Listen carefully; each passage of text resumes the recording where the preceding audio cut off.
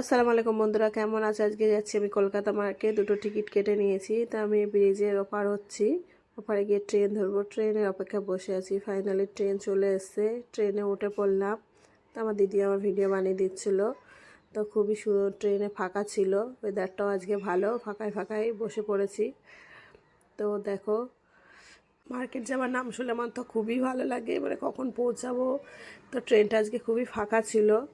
তো এদিকে পৌঁছে, এদিকে দেখো ওয়েদার, ছোটো ছোটো বাচ্চারা সব ট্রেনিংয়ে যাচ্ছে, খুবই সুন্দর লাগছে দেখতে।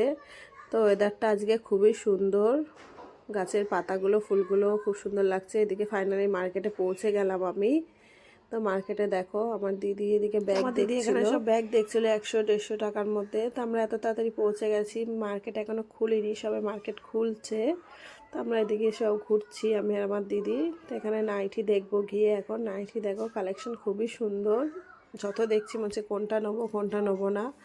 তো এদিকে সব দেখো শাড়ি, কুর্তি, প্লাজো সব এদিকে বিক্রি হচ্ছে। এখানে শাড়িগুলো সুতির শাড়ি, খুবই সুন্দর শাড়িগুলো এখানে অনেক প্রাইজের আছে সব রকম। তো এখানে আছে আবার সিল্কের শাড়ি, সিল্কের শাড়িগুলো তো একটু ভিডিও করে নিলাম। এখানে সিল্কের শাড়ি আছে।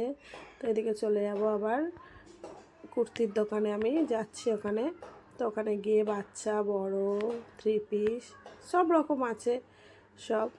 এখানে আবার চলে যাবো আমি বেডশিটের দিকে। এখানে বিছানা চাদর সেট সিল্কের আছে, সুতি সব রকম আছে চাদর।